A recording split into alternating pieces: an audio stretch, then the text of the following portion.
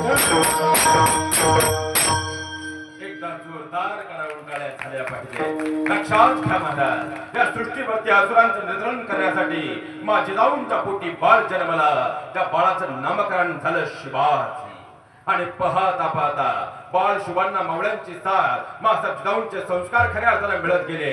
आणि वयाच्या 13व्या वर्षी रोहिडेश्वरावर शपथ झाली. 14व्या वर्षी तरुणानं स्वराज्याचं तोरण बांधलं. आणि पुढच्या तब्बल 3 वर्षामध्ये राजांनी 32 किल्ले हस्तगत केले. पण त्याच वेळी आदिलशाहीच्या पायाखालची वाळू सरकली आणि बडी बेगमचं ताट समोर आलं. बडी बेगम कणाडली, कोण जाएगा, कोण जाएगा. आणि उभा राहिला अक्राळ विक्राळ देहाचा अफजल खान. हम जाएंगे बड़ी बेगम साहेबा. आणि अफजल निघाला. पण पाहता पाहता शिवरायांनी त्याचाही कोथळा बाहेर काढला. आणि मग मात्र महाराष्ट्राच्या रौद्राला खिंडीत पकडायला चित्ती चाल करून आला. पण पाहता पाहता सिद्धलाही परतावं लागलं. आणि एक एक कंबावळा या स्वराज्याच्या यज्ञ कुंडामध्ये आपल्या प्राणांची आहुती देत गेला. आणि त्यातून लोक कल्याणकारी स्वराज्य निर्माण झालं. या स्वराज्याला धर्मवीर शंभूराजांनी कळत चढवला. पण 3 एप्रिल 1680 शिवरायांचं निधन. आणि पाहता पाहता त्यानंतर अवघ्या खऱ्या 11 वर्षानंतर शंभूराजांचं निधन. आणि पुन्हा एकदा हा महाराष्ट्र हिंदुस्थानची माती पोरकी झाली. पण ह्याच मातीमध्ये आता खऱ्या अर्थानं पेशवाईचं मनोवादी साम्राज्य निर्माण झालं. आणि मग मात्र आता खऱ्या अर्थानं पुन्हा एकदा या सृष्टीच्या पाठीवरती दुःखाच्या झळा आग ओतू लागल्या. यातून बाहेर काढणारं कोणीच नाही का? पुन्हा एकदा या महाराष्ट्राची नव्हे हिंदुस्थानची माती आता खऱ्या अर्थानं कालवंडली गेली. आणि त्याच वेळे पुन्हा एकदा या सृष्टीच्या पाठीवरती एक विश्व कन्या उदयाला आली, जिनं खऱ्या अर्थानं धार्मिकता, अध्यात्म, संस्कृती, संस्कार, चारित्र्याचा एक संगम साधला. आणि खऱ्या अर्थानं पुन्हा एकदा या मातीला पुण्य स्वरूपातून पुण्यत्वाला नेलं. त्या म्हणजे पुण्यश्लोक अहिल्यामाई. पण काय तो इतिहास, काय ती शौर्य गाथा. अरे खऱ्या अर्थानं पुण्यपावन अहिल्यानगर जिल्ह्यामधील जामखेड तालुक्यातील पुण्यपावन चौंडी या गावी 31 मे 1725 मानकोजी शिंदे पाटील आणि खऱ्या अर्थानं सुशीलाबाईंच्या पोटी एका तेजस्वी कन्येचा जन्म झाला.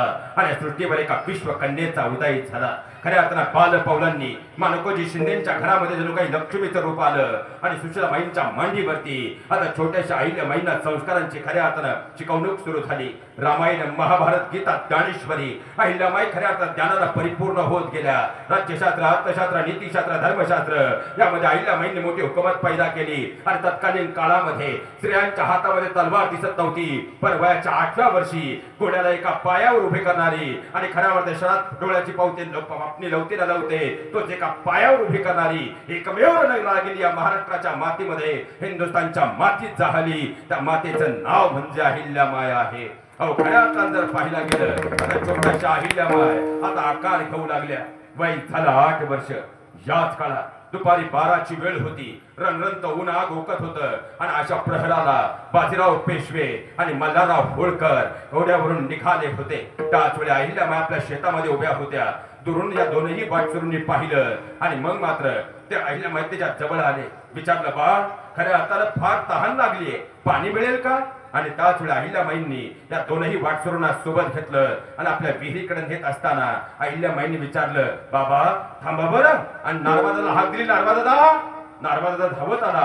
काय ताई साहेब, अहो आपल्याकडे 2 वाटसरू आले, त्याची त्यांच्या जेवणाची पिठली भाकरीची तयारी करा. आणि मल्हाररावांनी एक वेळा अवघ्या 8 वर्षाच्या लेकराकडे पाहिलं. आणि मल्हारराव उत्तरले, बाळा भूक नाही आम्हाला. आणि अहिल्यामाईने एक वेळा दोन्ही वाटसरूंना पाहिलं आणि सांगितलं, बाबा अहो दाराशी आलेल्या वाटसरूला 2 घात जेऊ घातल्याशिवाय मागं जाऊ द्यायचे नाही, ही परंपरा आमची. बाबा अहो खऱ्या अर्थानं तुम्ही जेवल्याशिवाय जायचं नाही. अहो मल्हारराव आणि बाजीराव मात्र या 8 वर्षाच्या चिमुरडीचे संस्कार पाहून अवाक झाले.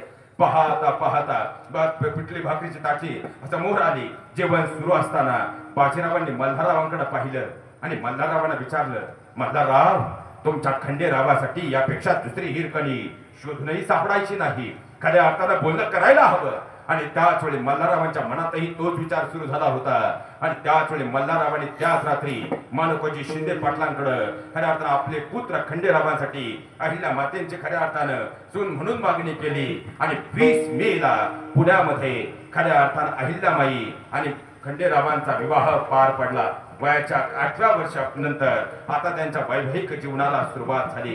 सासू गौतमी आई, सासरे मल्हारराव पती खंडेराव यांच्या प्रेमळ सहवासामध्ये आता अहिल्याबाईंचा सुखाचा संसार सुरू झाला. पण आता मात्र खऱ्या अर्थानं मल्हाररावांना माहित होतं, याच काळामध्ये पेशवे मात्र खऱ्या अर्थानं मनवादी साम्राज्य प्रस्थापित करत होते. दिल्लीचं तथ्य आता उभं राहत होतं. ते जुलमी राजवट पाहिली आणि पेशव्यांना मल्हारराव सरळ उत्तर झाले आणि दिल्लीचे तख्त राखतो तो मराठा माझा. किती दिवस पडायचं दिल्लीच्या दत्ता बरी बैसतो तो मराठा माझा, हे सांगण्याची आणि दाखवण्याची आता वेळ आली आहे. जर तुम्हाला ते शक्य होणार नसेल, आम्ही आमचं स्वतःचं वेगळं राज्य प्रस्थापित करू. आता पाहता पाहता मल्हाररावांना माहित होतं, खऱ्या अर्थानं जर राज्य करायचं तर प्रदेशाच्या सीमा माहित असून उपयोग नाही, संबंध राज्याच्या देशाच्या सीमा माहित हव्यात. पण युद्धावरून आले की आपली पत्नी गौतमीबाई आणि सुनबाई अहिल्याबाईंना ते तीर्थाटनासाठी पाठवत होते. याचा सगळ्यात मोठा पुरावा म्हणजे पेशव्यांना जेव्हा काशीला जायचं होतं तेव्हा काशीला जाण्यासाठी महेश्वरी ते काशी हे जे अंतर आहे, या मार्गाने जाताना त्याचा नकाशा खऱ्या अर्थानं बनवण्यासाठी पेशव्यांनी अहिल्याबाईंकडे खलिता धाडला आणि अहिल्याबाईंनी तो स्वतः बनवून दिला. वयाच्या 13व्या वर्षी महेश्वरी ते काशी हा नकाशा खऱ्या अर्थानं पेशव्यांना बनवून देणारी पहिली महामाता अहिल्याबाई. आज 13 वर्षाची आमची लेक खऱ्या अर्थानं मोबाईल मध्ये चॅटिंग मध्ये व्यस्त आहे आणि आमच्या 13 वर्षाच्या माईने मात्र जगाचा इतिहास बदलण्याची तयारी ठेवली. याचं कारण असं होतं, मानवजी शिंदे आणि सुशीलाबाईंचे ते संस्कार होते. पाहता पाहता अहिल्याबाईंची मदत आता मल्हाररावांना राज्यकारभारात होऊ लागली आणि आता खऱ्या अर्थानं युद्धकला, पुन्हा एकदा तलवारबाजी, दांडपट्टा यामध्ये अहिल्याबाई तेज तरबेज होऊ लागल्या. सुखाच्या प्रपंचाची वेळ सुरू होती, पण नियतीचे संकेत मात्र वेगळेच होते. कारण इकडे नरवीर खंडेराव जयपूरकडे विजय रणशिंग फुंकत असताना त्यांना दिल्लीतून बोलावणं आलं आणि दिल्लीत गेल्याबरोबर कळालं जाटांनी खऱ्या अर्थानं आक्रमण केलं. आणि पाहता पाहता खंडेराव निवडक खऱ्या अर्थानं निवडक आपल्या तुकडीनुसार निघाले. पाहता पाहता जाटाला दूध धुतलं आणि त्याच वेळी पुन्हा बातमी आली, कुंभेरीमध्ये जाटांचा बेढा पडला आणि मात्र कुंभेरीकडे निघाले. आता कुंभेरीकडे निघाले, पण आता कुंभेरीकडे जायचं, पण त्याच वेळी जाटांना मात्र खंडेरावांचं तेज माहित होतं. कारण अवघे 12 दिवस आधी म्हणजे 20 जानेवारी 1754 ला कुंभेरीचा लढा झालाय आणि त्या अगोदर 12 दिवस आधी 8 जानेवारी 1754 ला जाटांना दिल्लीमध्ये खऱ्या अर्थानं खंडेरावांनी दूध धुतलंय. इतकं धुतलं होतं त्यांच्या बायका त्यांना ओळखेनाच्या झाल्या होत्या. पण आता कुंभेरीची अवस्था मात्र वेगळी होती. कारण कुंभेरीची अवस्था जाटांनी आपलं सैन्य बारूद बलदेत अफाट मागवली होती आणि या सगळ्यांसमोर खंडेराव आपल्या निवडक मावळ्यांशी खऱ्या अर्थानं झुंज देत होते. पण कळून चुकलं खंडेरावांना, आता इथं आपला निभाव लागणार नाही. त्यांनी ताबडतोब खलिता मल्हाररावांना धाडला. खलिता घेऊन हे धावत आला, मल्हाररावांच्या हातामध्ये दिला. मल्हाररावांनी खलिता उघडला. खलित्याचा मायना असा होता, आबासाहेब आता खऱ्या जाटांनी आपली प्रचंड ताकद पणाला लावली. आपल्याकडे निवडक मावळे, आपण जातीनं ताबडतोब कुंभेरीकडे मार्गक्रम करावं. आणि त्याच वेळी मल्हारराव, माता गौतमी आई आणि खऱ्या अर्थानं अहिल्याबाई सोबत निघाल्या.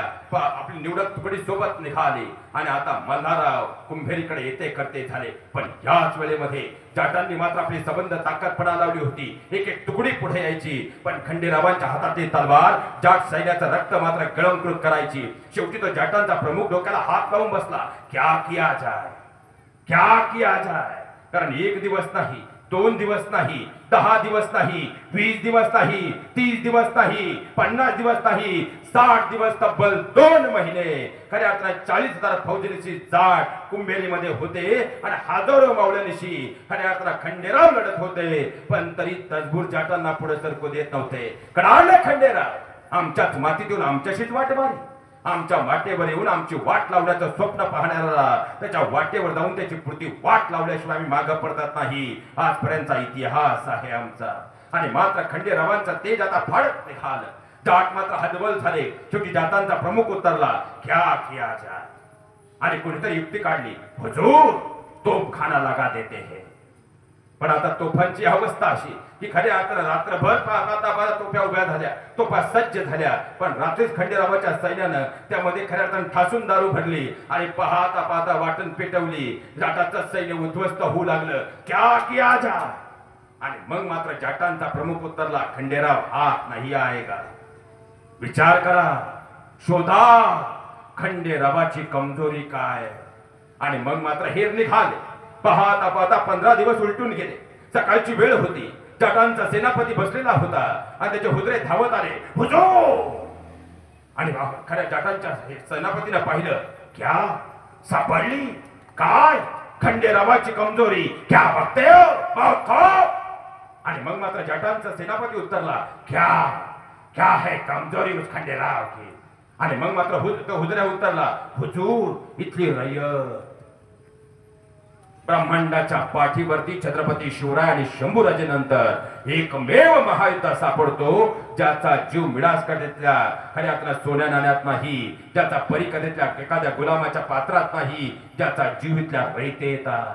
आणि मग जाटांनी डाव टाकला, आता खंडेरावावर सळग खऱ्या अर्थानं युद्ध करायचं नाही. आजूबाजूच्या प्रदेशामध्ये रात्रीचे जाट सैन्य जाऊ लागलं, गावाच्या गावं पेटू लागलं, सकाळपर्यंत